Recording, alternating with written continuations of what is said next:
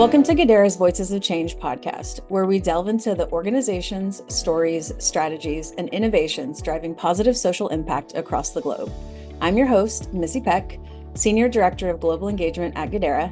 I live in Dallas, Texas with my wife and our baby cats, and I've been in the social impact world for about 10 years.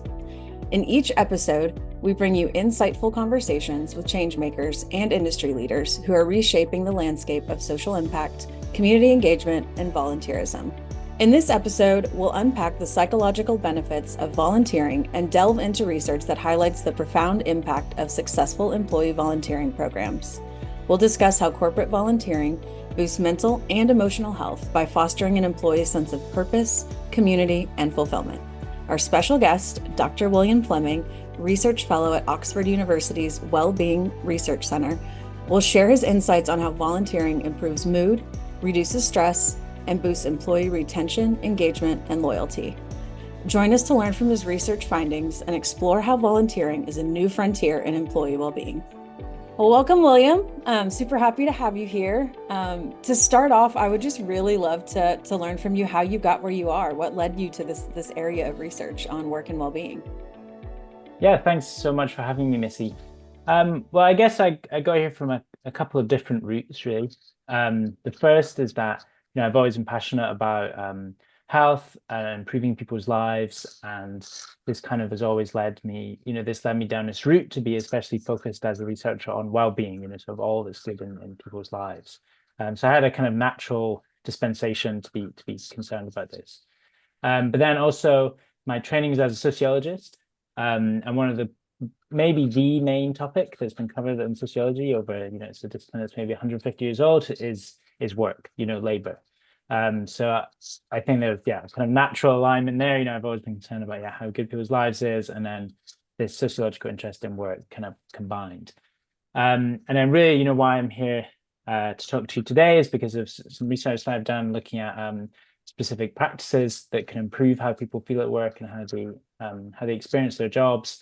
And so I got into this through a bit of opportunity, I guess. Yeah, it was a bit opportunistic, where I started my PhD and I got access to some specific data that let me study work and well-being all in together with sociological outlook. So a mixture of kind of my own passions, a bit of my training, and then a bit of luck as well. So and then here we are. Well, that sounds pretty ideal. You're doing what you love. Yeah, definitely. Can you highlight some of the key findings that you've had in your research, like both on the psychological and physiological benefits of volunteering?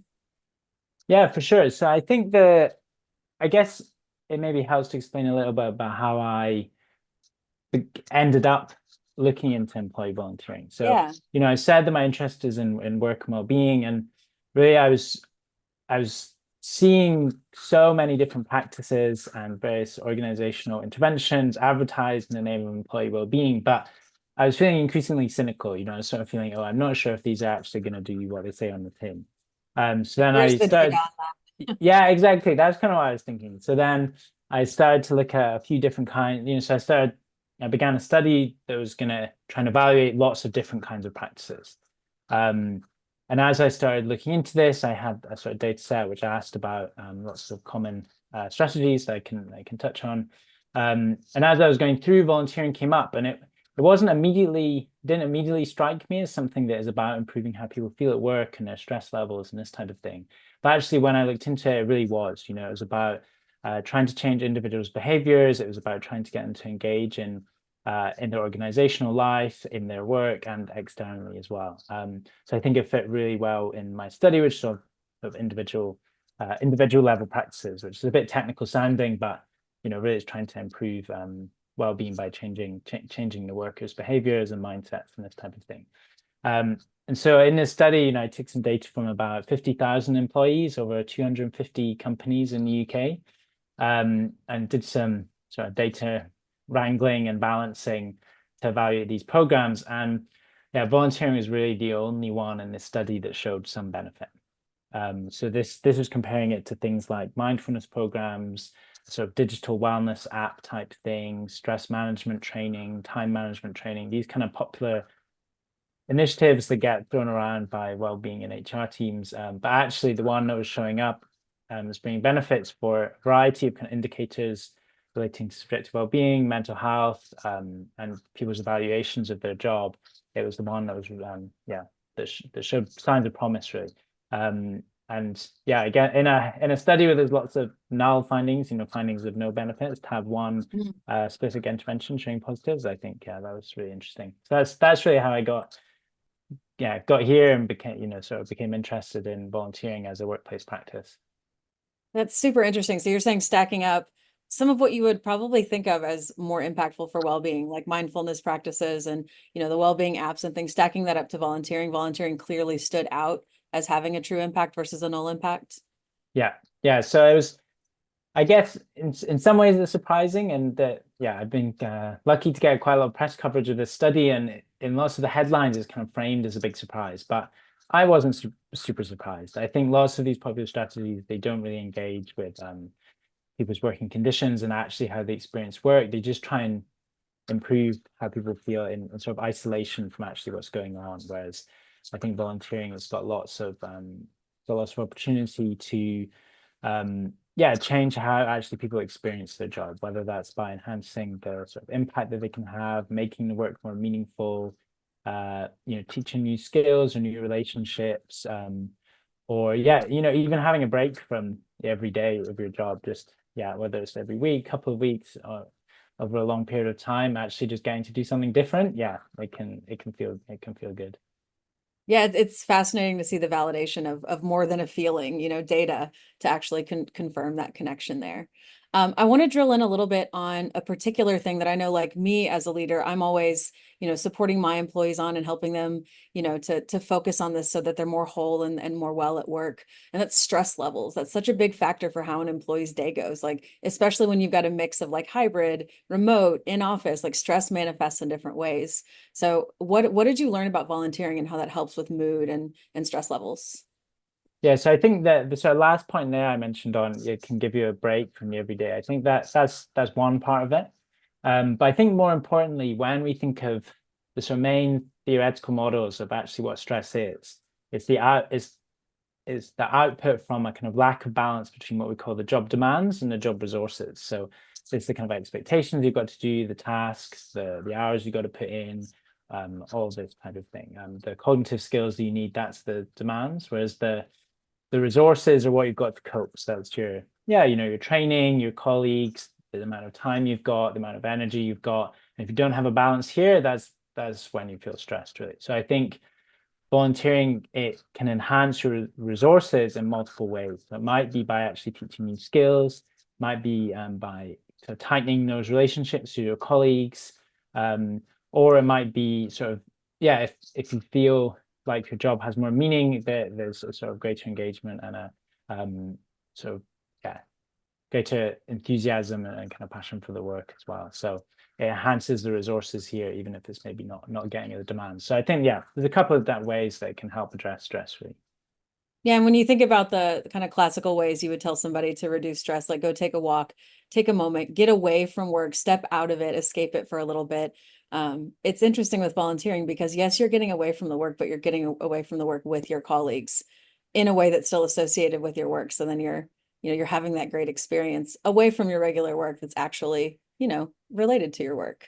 Yeah, I think it shows that it's not it's the demands of having to do the job and constantly produce, actually, which is where the stress comes from, is that your colleagues, you all work together as a team, and actually this is how you get through it all, and that those relationships are valuable in themselves, and they can be positively experienced. Did you find in your research at all that it helped to build positive associations with colleagues and with the workplace? So I look the sort of, when you survey data, the question can be a bit stunted, but one of the outcomes that there's some improvement on is team collaboration, so ability to work with others. So I think it shows that those relationships you can develop in other contexts, it can come in and help how you all work together. Something kind of on that note that we hear about a lot, particularly with like growing Gen Z workforces and millennial workforces, is the increased importance around purpose. So what's important for companies to foster a sense of purpose amongst their employees, particularly with volunteering? Yeah, well, I'm an idealist because I don't need to work I don't need to, work for a boss or anything. But so because of that, I think that of course employers have a duty to this, the having some sense of meaning in your life, contributing to society. Our jobs are the main way that we do this.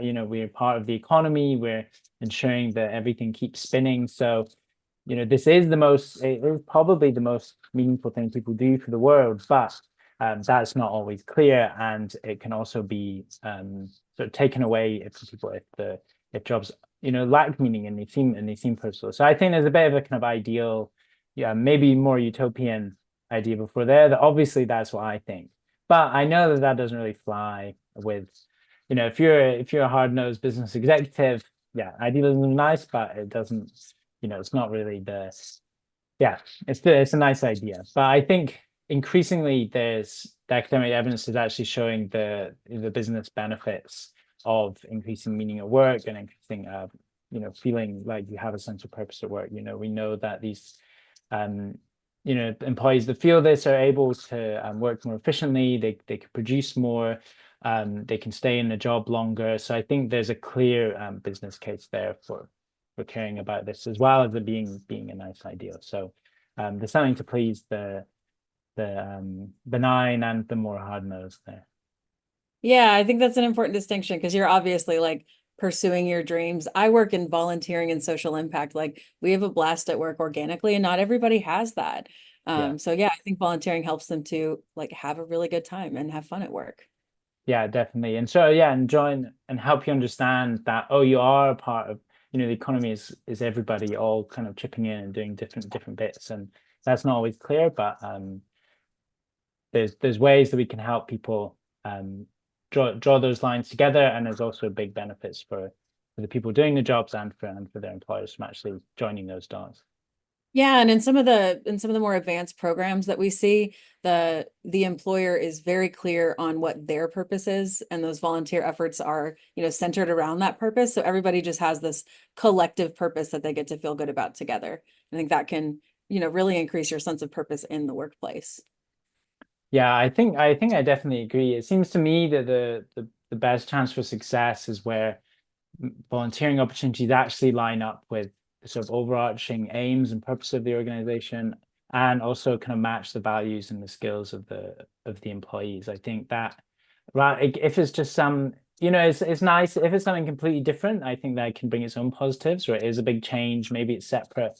Maybe you do it by yourself, and yeah, it's different, and that's where the benefit comes from. But I think for longer term success, it's about this sort of integration and aligning of values between everybody.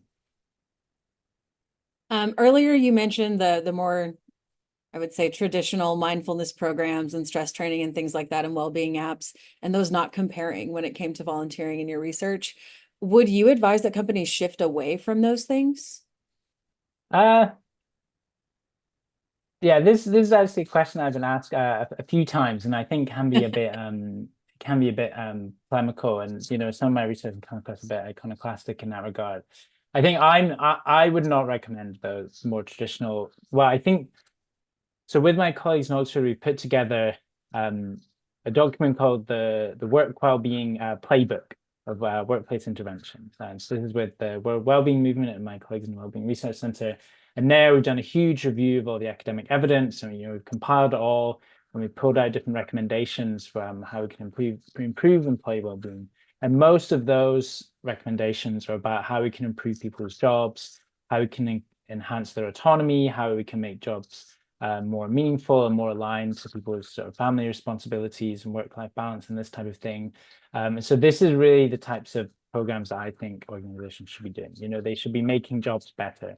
And I think the other types of initiatives that I evaluate in my study, I call them sort of individual level, and that's because they're trying to change the worker and not the workplace. Mhm. And I think I'm not, yeah, I just that sort of implies that we can improve how people feel and their ability to cope with work without actually changing any of the underlying causes or stresses. So I think, yeah, I'm obviously not really going to support those practices, but there are Right. other recommendations from sort of public health bodies and occupational health bodies who sort of say, oh, these individual practices, they have a role to play, but it needs to be part of a more comprehensive integrated program. So there's a balance to be found, and is probably the correct answer. But I think for me, I'm happy to not support those. Whereas I think volunteering, I'm being led by my own research evidence, where it seems to be showing benefits. There's some other great studies which we can chat about a bit later on, also show big benefits. So I think in this case, if we've got something that's working and people value, then we should keep going with that. Yeah, and I mean, every company is a little bit different. So what that suite of well-being, support services they have for their employees may vary, but it sounds like volunteering should be a tried and true one for everyone. Yeah, I think on the sort of what worked best for organizations, the thing that we're most passionate about, or I'm most passionate about anyway, is that actually that we can improve people's experience of their jobs by involving the people who do the jobs in how they can be made better. So, for some people, maybe there's some really annoying bureaucratic system that you have to go through, or there's a terrible IT system, or you only get feedback once a year. That is very contextual. But the process of finding out what these problems are, that's kind of universal, and we can just ask people and then work out the solutions. And taking this back to volunteering, I think again, organizations can think, oh, how do we? It's the same process of going through what matters to us and our workforce, and how can we link to that? And so the end point is slightly different, but how you get there is a general kind of universal approach. I love that. What I'm hearing is we need to listen, because everybody's perspective is a little bit different. And I couldn't begin to tell you what like a biochemist workday is like and what their challenges are, or an engineer. But we can listen to people, and we can make sure that we have diverse input on how we're designing not just our volunteering programs, but also our overall well-being programs. Yeah, certainly. Yeah, that's really what I'm trying to say. That's a bit harder when it gets very big and you've got, I don't know, 100,000 employees or something in the whole workforce all over the globe, but it can be broken down into different sites and everything. So I think you're right. Listening is really important. You're leading me directly into the next question I want to ask. So we talked about, diversity in terms of workforce. Some companies have a good part of their employees in an office in front of a computer all day, and then many of their employees are on the ground, like literally physically doing work all day, every day, would never touch a computer in their daily life. You've got people all over the globe at different companies. You've got people who are hybrid, don't go into the office at all, go into the office every day. So, everybody's experience is different. And there can be challenges when you're trying to put a program together. So from your perspective, what are some of the challenges that companies might face when they're integrating volunteering into their overall well-being strategies? And how can they plan to overcome those? Yeah, I think for me, there's probably a few big challenges. I think one we've lightly touched on, which is actually about getting leaders to buy into it and realize the importance. Then I think the other one, again, which you also kind of touched on, is actually aligning with what the organization does and what's relevant to it and its employees. That's the kind of larger ones, and it's a bit higher up. Then I think there's also the issue of people's own limited resources in terms of their time and how much work they've got to do, maybe their caring responsibilities, and how their job is designed, whether actually they're at home, whether they're in an office, whether they're in a factory. So I think people have limited capacity to contribute, and then I think although I'm listing all the problems, I'll kind of get back to how we can hopefully how we might be able to address them. And then I think the last point is about sort of employment relations. How cordial and how well does everybody work together? What are the relationships between managers and their direct reports, between sort of top level management and middle level, and then people maybe who are junior at the sort of bottom and in sort of less roles with less kind of managerial responsibility. If these relationships aren't good and it's not, the sort of culture is not great and people aren't respected, and the sort of workloads that people are expected to deal with are not right, and people don't have the right skills to do their job. If things are just not going well, then offering some volunteering program is probably not going to work. Yes, not just going to solve the world's problems. Yeah, there's going to be a distrust of anything. If you hate your boss, you're going to distrust anything he sent to you. That's probably the truth. So I think that's going to be obviously that's a very negative case, and normally it's bits of each of those problems. But I think considering these relationships is really important. But I think all of these problems can be solved. And I think, we've already spoken about it, but really aligning maybe volunteering opportunities with the organizational goals and values, and also their business functions, so that if there are volunteering opportunities that actually matches up with what they're doing, this might be, I don't know, if you're in healthcare settings, maybe the volunteering opportunity should be relevant to that. Or if you're in an organization that's either is trying to improve the natural environment or actually is causing harm to the natural environment, maybe the volunteering opportunities should be kind of linked to that and lined up there. And also trying to, again, going back to this idea of listening, trying to understand employees' values, what matters most to them, but also, and what matters most to them personally, but also in their communities. I think in certain cities, there'll be some more apparent issues than others, and actually understanding those issues and trying to help them is a key approach that we can take. And then I'm also quite interested in the skills of people. If you've trained for decades to get to a certain role, you've got all this expertise, and actually it's about being able to share that. I think it will be really beneficial as well. And in many cases, upskill that too for where people are interested in growing. Yeah, definitely. And it can be kind of aligned with some of learning and development, sort of instill learning and development with some more purpose as well, rather than it, because I know sometimes it can become a bit tick boxy. Oh yeah, I did my training courses this year, or whatever it is. But I think it can all be sort of matched up. I'd say there's also some practical things that could be done. Allowing volunteering during working time. I'm sure sometimes this will happen. I know most times probably onboarding, or we're going to do a little day out of social impact. But I think actually setting time aside for an hour or two in I don't know, in a month or a week, I think that shows this is valued, that people can, employees can do it, and that it does matter, and that it can bring this kind of respite break as well. And then finally, I spoke about these problems organizations can do. You can try and improve working conditions and relationships, and improve respect and trust at work, and all of this will help the organizational culture. It will help how people feel, and how work is done. And I think the volunteering can be a part of improving things, but it can also sort of help get to that place as well.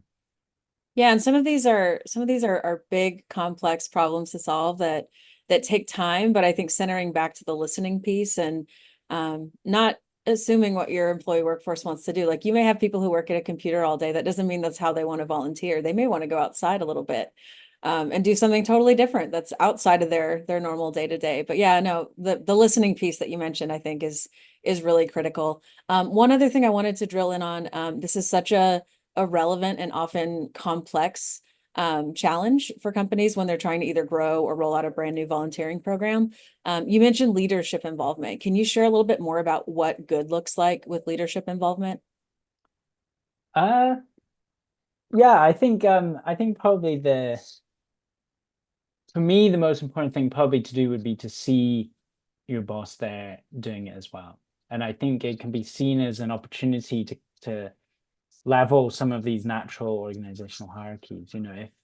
Maybe you've never met the CEO of your company, but if you happen to be build when at the GVS conference a few months ago, we were building these sort of solar lamps, and if you happen to be building the solar lamps alongside the CEO and actually get to have a chat about the local community, or your personal lives, this type of thing, that's gonna improve the social capital in the organization, improve these relationships. And so for me, I think that would be the most striking thing that could happen. But maybe long term, it might be more about trying to emphasize the value of it to the organization. Maybe on, for example, with some of our work on well-being, we would love organizations in their company reports to talk about the actions they're doing to make employees to improve employees' jobs, and how how they're doing compared to previous years. And it could be a case of this is a similar process that could happen with social impact, where,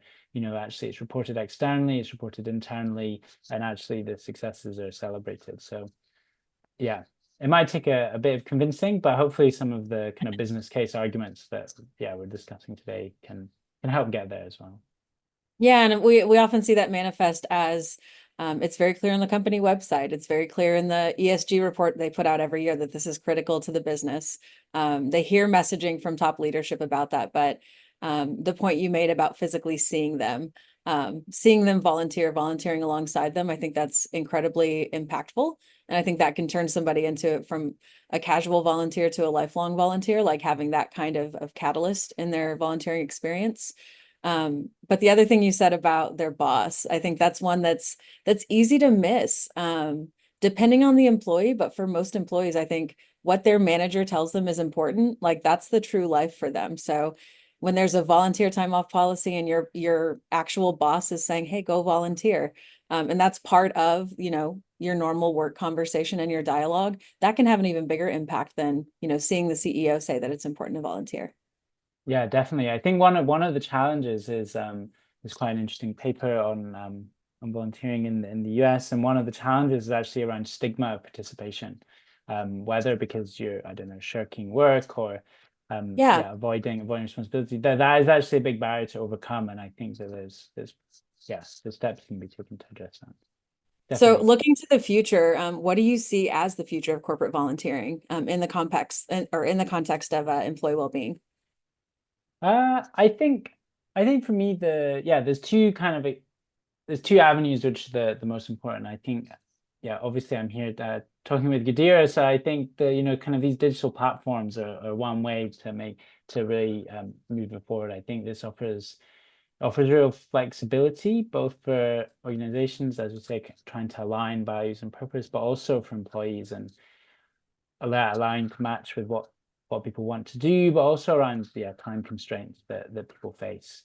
So I think it seems the sort of natural progression, and that it can be made to fit around everybody's lives more, and match up with what people want, and also help linking some of the sort of nonprofits and charities with a sort of willing volunteer base as well.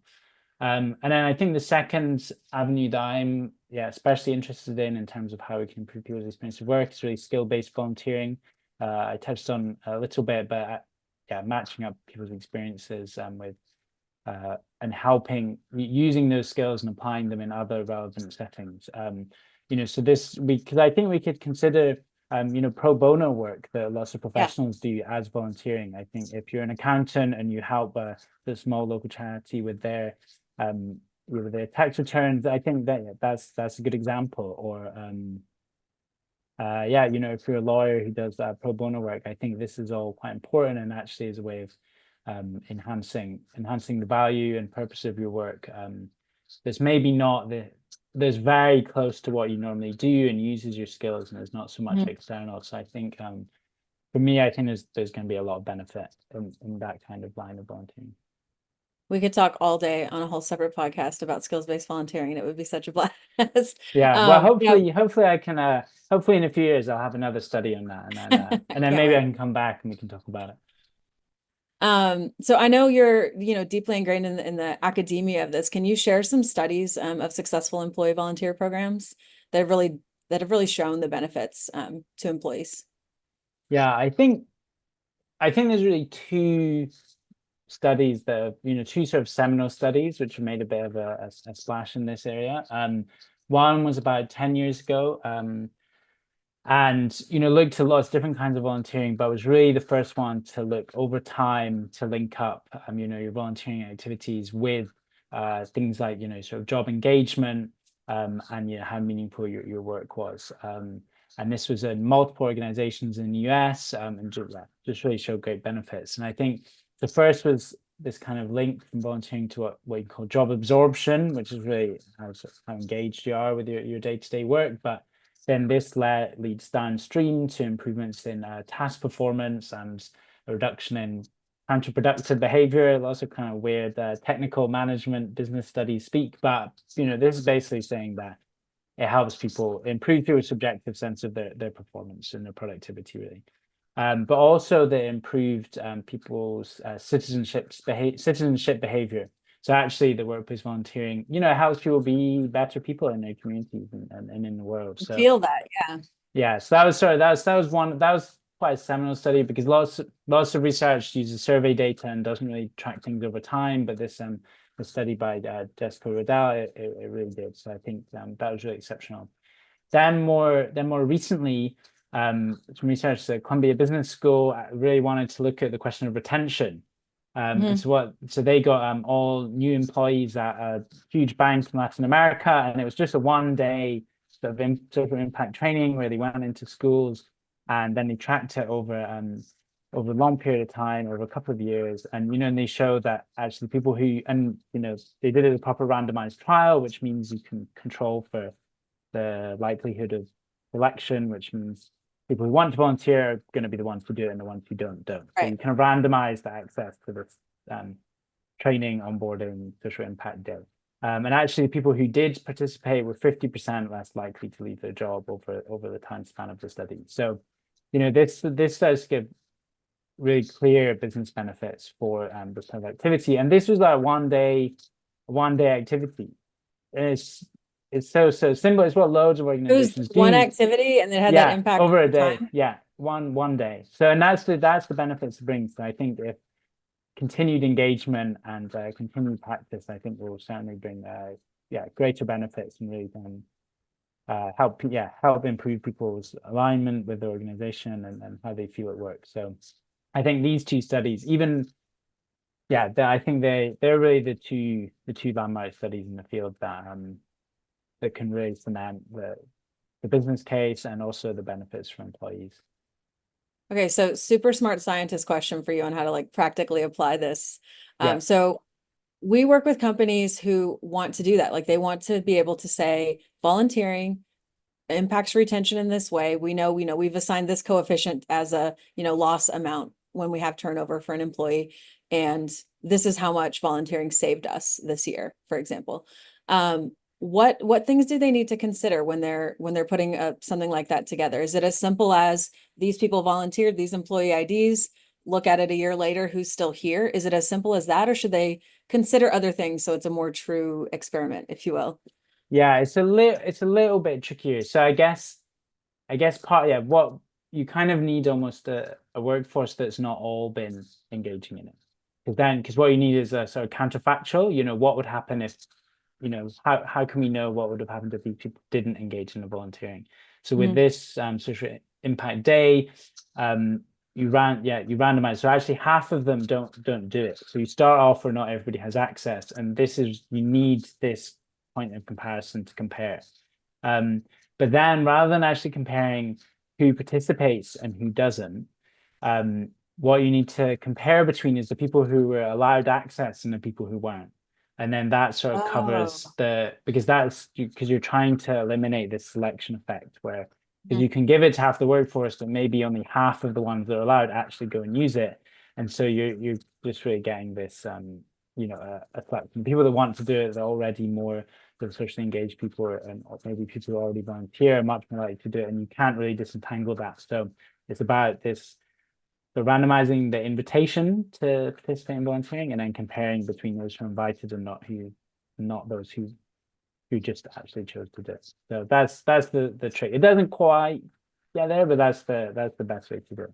So if there's some organization out there who wants to run a good RCT on that, then that'd be cool. Yeah, I have a couple of people I'm thinking of who might want to ask you questions. Yeah. So speaking practically though, basically, if a company were to roll out a volunteer program and only their employees in their home base had access to that volunteering, they could compare them with employees who weren't as part of those employees who were able to go volunteer. Yeah, basically. I think, the challenge is that if it was the head office organizers and I don't know the other secondary offices didn't, then there's differences. Maybe actually there's something about that office that is going to be more likely to show benefits. So you'd have to consider that, but in general, that's the approach you could take. If you had I don't know, 10,000 people and you could purely randomize it where Yeah. 5,000 guys and 5,000 didn't, that would be cool. But that's very difficult to do, and that's what all the academics Yeah. are always seeking to try to get to. But yeah, that's ideally what we'd want to do. You want to almost have a sort of trial. You could frame as a trial run. Let's see how it works for those who engage and those who are invited compared to those who don't. That would be the best approach to get sort of increased buy-in from leaders. Well, thank you. That's super helpful. Yeah. One last question for you before we go to our wrap up. What innovative approaches have you seen companies taking to get people actually volunteering? So to encourage them to get involved in volunteering. Yeah, I think, I feel like I'm now trying to repeat myself a little bit actually, but it's really about where the volunteering opportunities are aligned with the organization, with the values, with the skills of the people, and then it's relevant, and then people want to do it, and it feels valued, it feels worthwhile, not just in terms of the social impact, but in terms of actually matching in terms of your career and your relationships with your colleagues. I think this is definitely the best path forward, and will definitely bring the greatest benefits.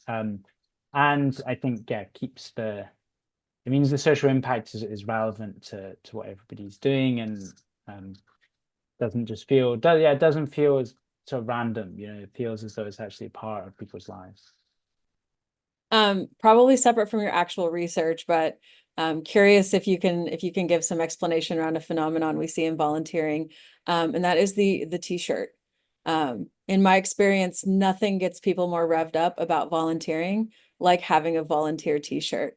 So just as an expert in like human and organizational behavior, like why do you think that is? Oh wow, that's so that people can signal that they're doing good. That's why looking good with to your colleagues and other people, and I guess maybe a sort of material reminder and signifier that you are doing something for other people. Although I actually kind of hate free stash. I got loads of t-shirts. I don't need another one. But it's a sort of reward mechanisms, and being able to show off a little bit, and sort of signaling your virtue a little bit around what you've done. So it's probably that. And then also, I guess, maybe a bit of kind of in-group identity as well, where if you and half of your colleagues have done it and you happen to be at the next one, you can both wear a t-shirt, and then there's a bit more of a sort of bond. The bonding goes on around having the uniform on. Yeah, no, I love that. And I think having a positive uniform like that is just a fun component to add. You would be amazed at the power of a volunteer t-shirt. Yeah, people would do anything for free stuff. So one last thing for you. I just want to ask you one pro tip. So just to wrap us up, there's one pro tip that you would give a CSR practitioner to really improve employee well-being through volunteering. What would that be? It's a tough one. I think it's going back to this question of listening. I think it's about trying to engage the people that you want to be doing the volunteering in the question of what's available and what's on offer. Is it lots of different options that people can choose from, or actually is it something very specific to people's own experiences, or where they live, their own community? And so it's this process of actually working out what's the best opportunity that we can present, what matters most to people, and what do people need as well. Is it actually that they need it to be in their working hours and get some time off, or is it that they're kind of isolated from their colleagues because they work remotely? And I think you can only really learn about these problems by asking and integrating these insights into the overall program. I think that's brilliant, and just continuing to listen. Yeah. It's an iterative process. What was wrong? Why did we get 50% uptake in the first couple of months, and then now we're only getting 10%? What's wrong, and how can we improve this? Well, that's brilliant. I could talk to you all day and all day tomorrow, probably too. But that brings us to a close. William, I just want to thank you so much for joining us and sharing your research. I think this will be incredibly helpful information for all of the people that we work with who are doing good. Yeah, no, thanks so much for having me on. Yeah, I've really enjoyed it, and hopefully we can continue. I'm sure, yeah, I'm sort of chatting with Gadir. Hopefully we can improve the evidence base out there as well, keep doing some research. Yeah, looking forward to the next steps. Thank you.